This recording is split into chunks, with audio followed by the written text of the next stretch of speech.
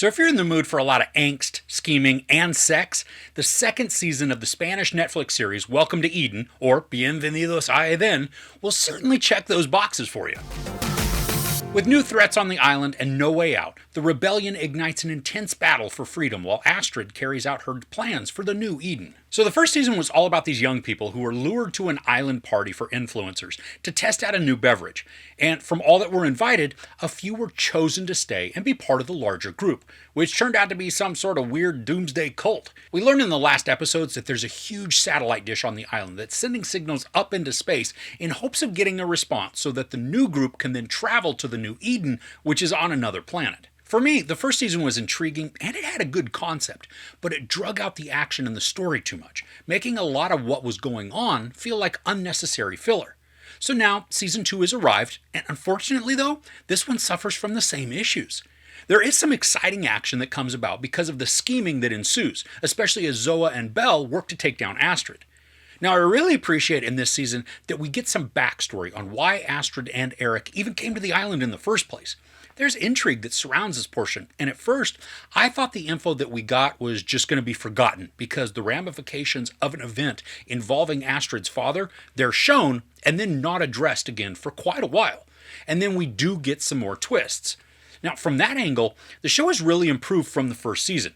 It's built in more mystery and twists, while actually giving us small breadcrumbs to keep the desire to know the truth bubbling. Because we know the characters a lot more now, especially compared to the first season, there's more of an emotional attachment, and just like we saw in season 1, the series is not afraid to kill off some characters, creating not only anxiety for us as viewers, but massive tension for the story.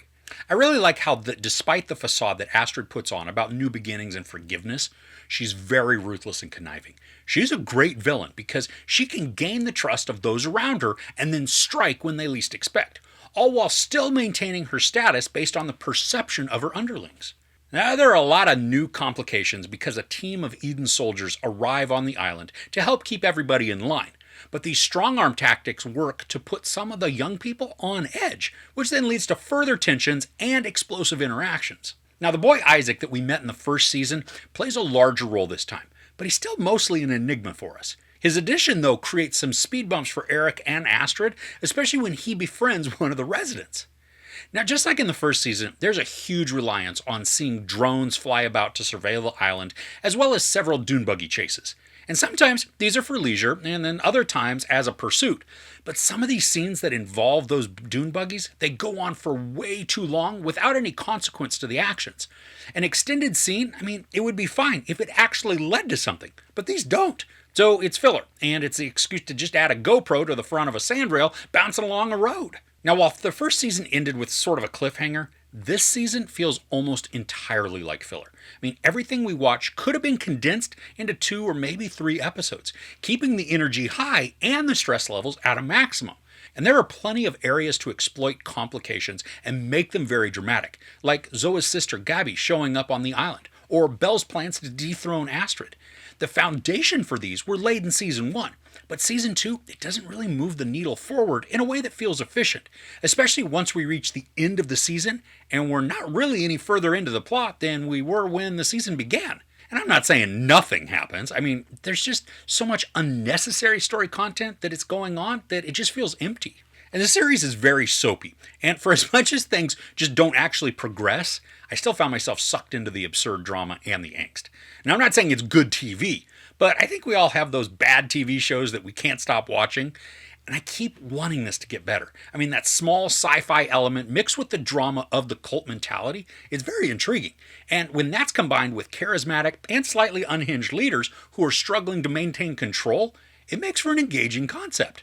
But with that, the story has to use the momentum of its drama to push the narrative forward to keep us captivated in a way that we're connected.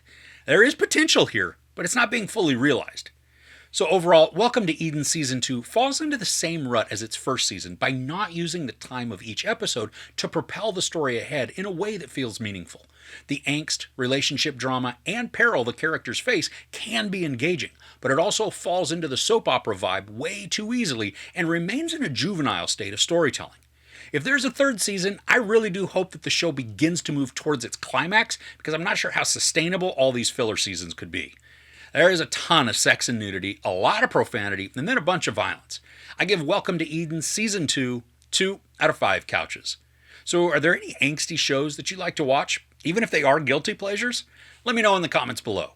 If you enjoyed this review, please give it a like. Also, don't forget to share and subscribe. I'm Chris. This is Movies and Munchies. Thanks for couching with me.